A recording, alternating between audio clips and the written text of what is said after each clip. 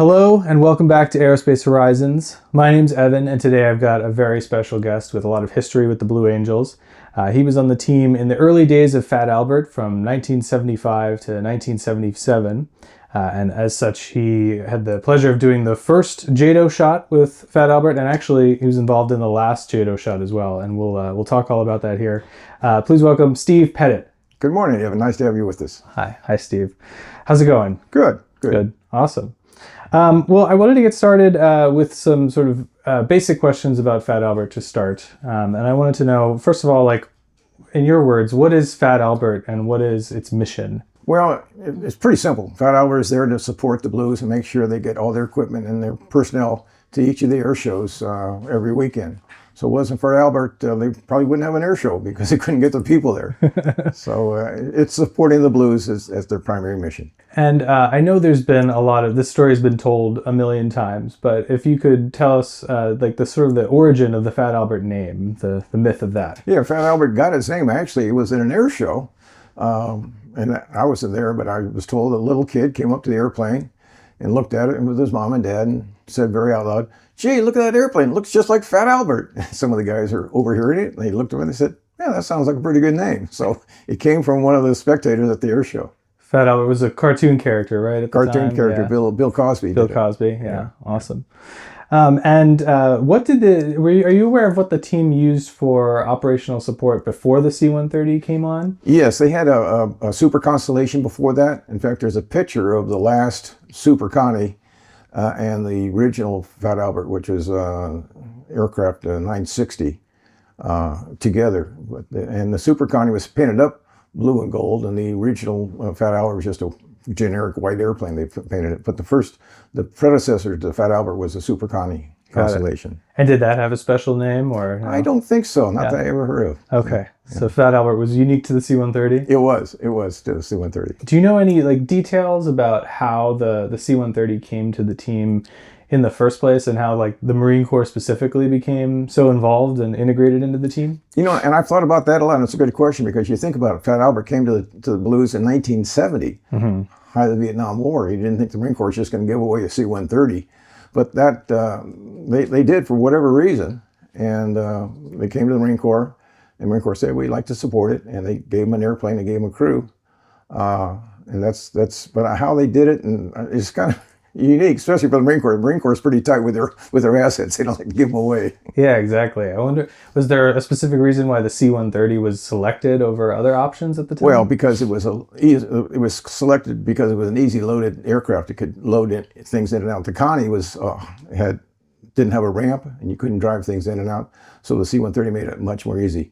The predecessor after 690 was 806, the aircraft I flew, and the Marine Corps gave that one away because it was a specially equipped aircraft.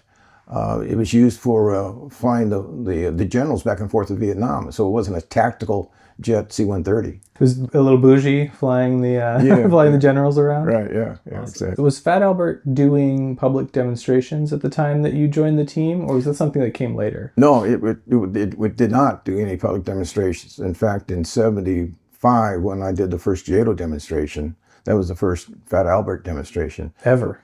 Oh, wow. Before they just flew in, flew out, brought the gear in, brought the gear out, sat there and really didn't do anything else. So that was his mission. That was fine. So I wanted to talk a little bit about your personal history and like how you found yourself, how you found yourself in Marine Corps Aviation and eventually to the Blue Angels.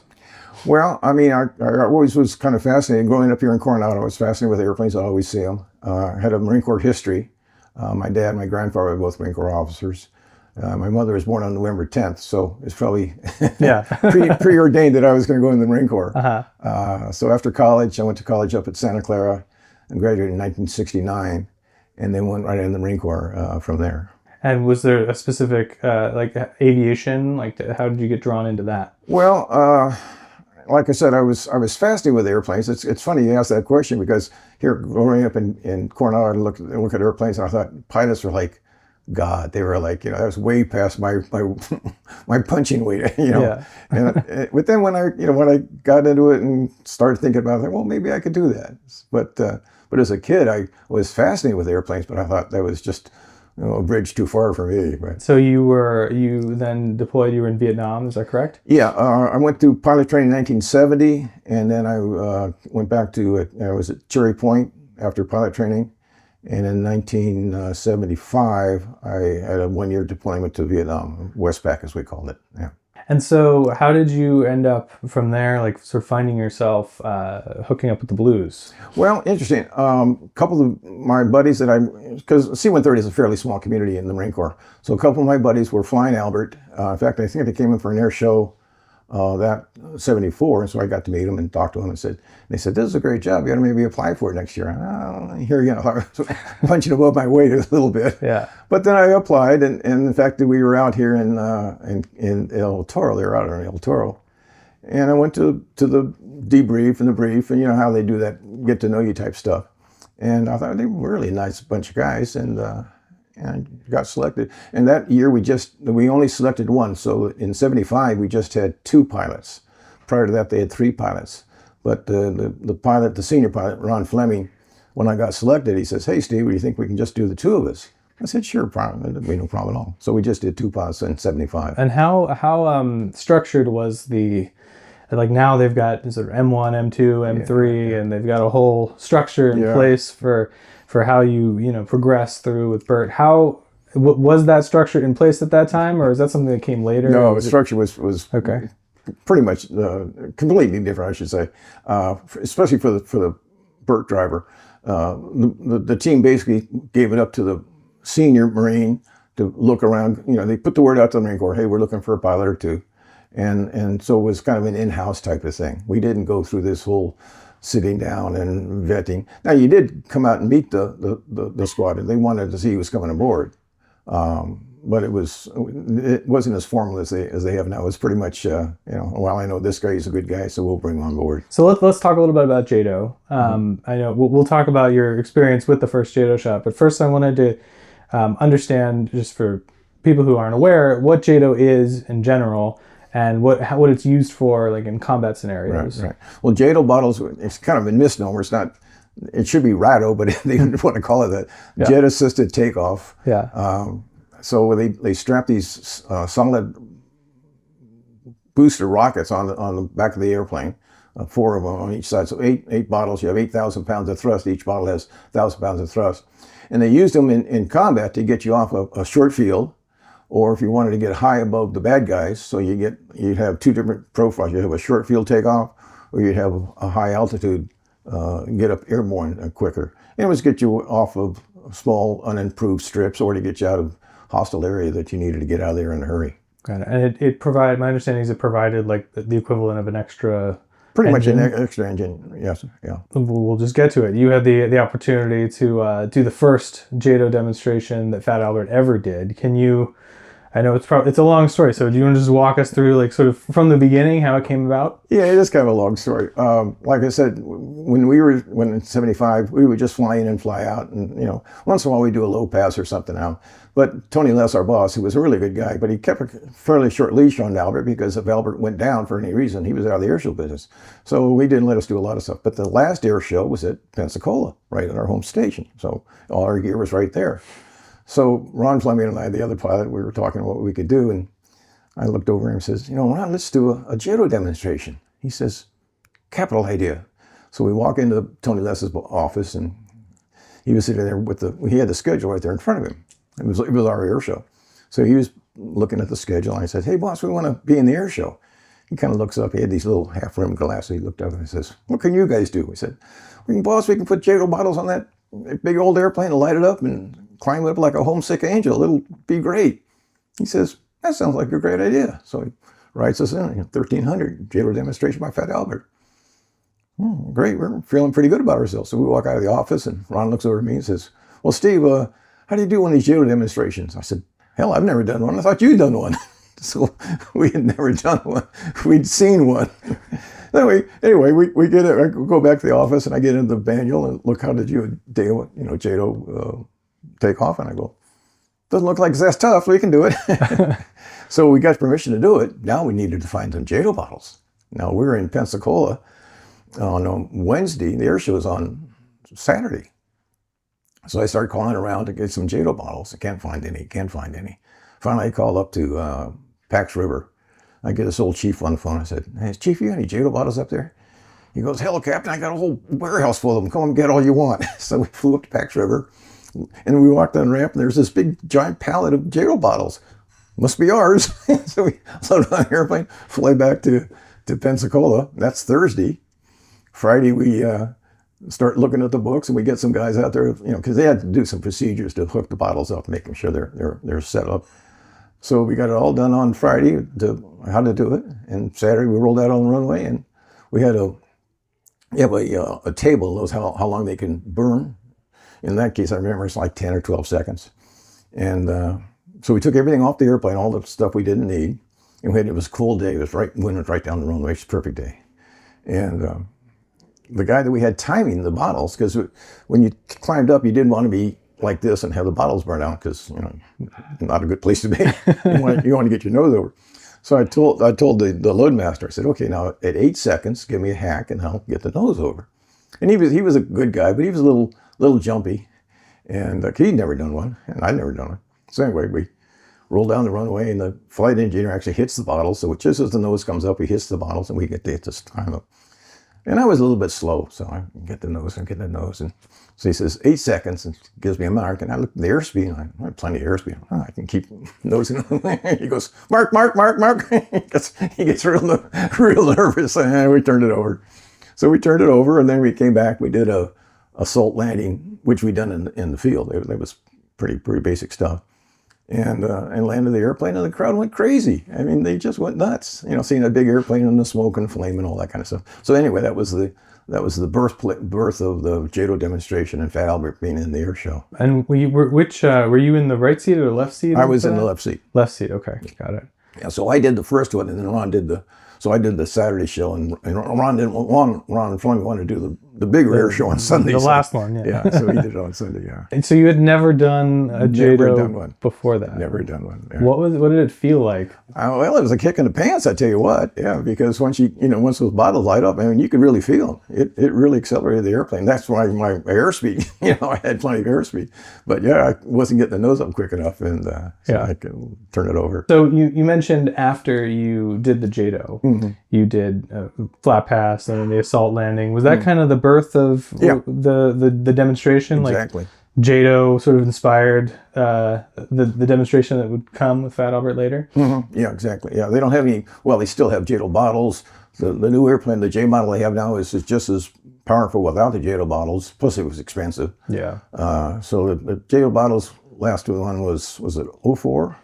I think 09. 09, that's right, yeah. Yeah. So we did them from 75. There was a little bit of a gap, like when Albert went into work or something. So there's a little bit of a gap when we didn't do some JATO shots. But so you were on the team from 75 to 77. Right. And this happened in 75. 75, right. So did it not happen again? No, it didn't happen in 76 or 77. 76, we had to go into rework.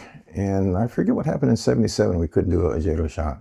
Okay. But so the next one I think happened in maybe 78 or 79, and then they continued that performance there. So you only got to do one, right? I just did one, or two, I guess, right? With Ron. Yeah, right. Did one and rode along with the other one. Yeah. How did you feel about like seeing that thing that you did then become such a staple of the Fat Albert demonstration for decades to come? Yeah.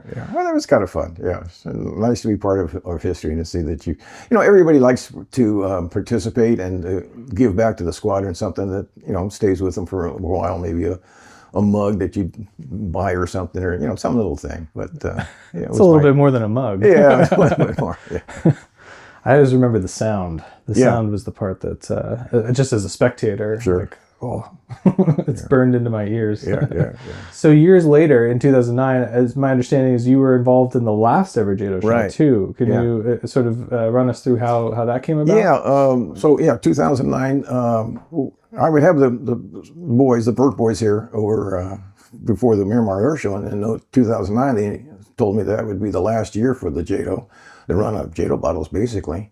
And they asked me if I'd like to come down to Pensacola and ride along with the last one in 09 at the end of the season show. And I was delighted to do it. So I was on it, and our flight engineer was on board. and a couple of people in the back. You've probably seen a video of it. It was kind of fun. It kind of full circle from doing it the first one in 75 and on the last one in 09. Had you done any JATO shots in between, or was it just those two and that's it? That was it. That was it. Yeah. First and last. One and done.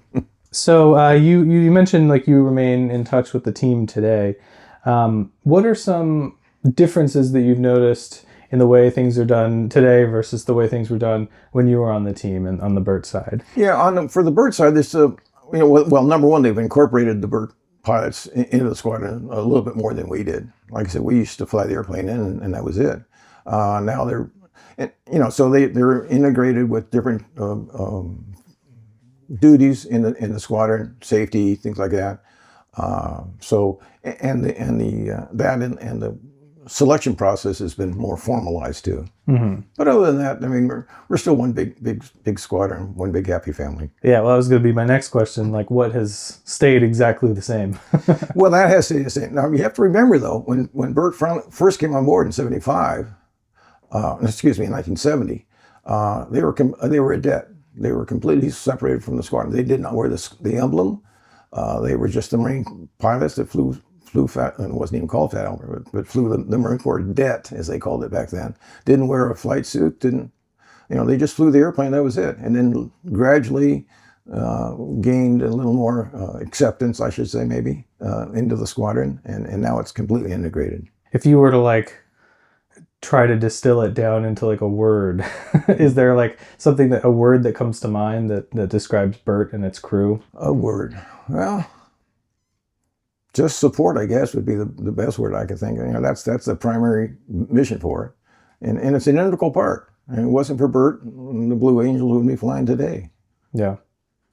Well, it's skipping ahead to one of my later questions, which was, do you think it's fair to say that the Blue Angels demonstration, like as it exists currently, would even be possible without something like Bert? No, of course not. In fact, when we were with the A4s, they couldn't start them without Bert, because we took the starter units in the airplane.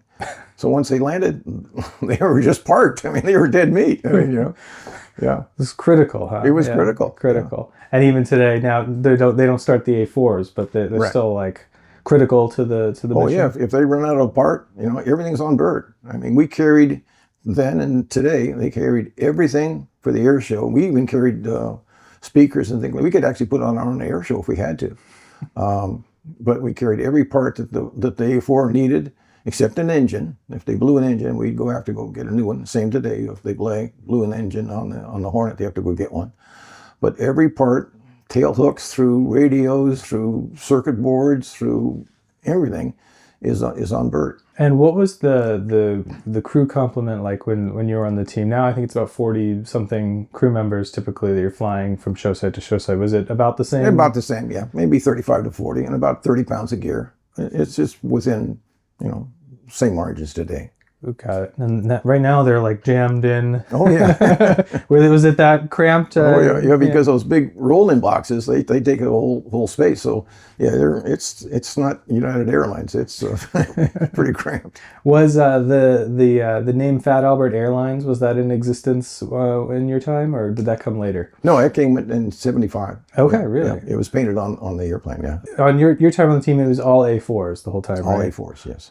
Were there any differences between the Bert's role with the F4 and the A4? Well, the role was the same, but it was just more complicated with the F4 because it was a bigger airplane. Two engines, more complicated, more stuff. I mean, the F4 was, the A4 is kind of just hot rod, where the F4 was kind of like, the Rolls-Royce Cadillac.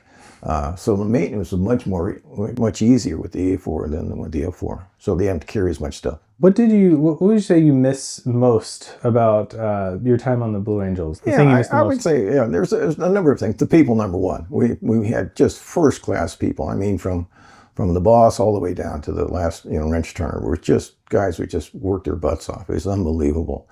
Everybody just took that job very seriously. So the people were really number one.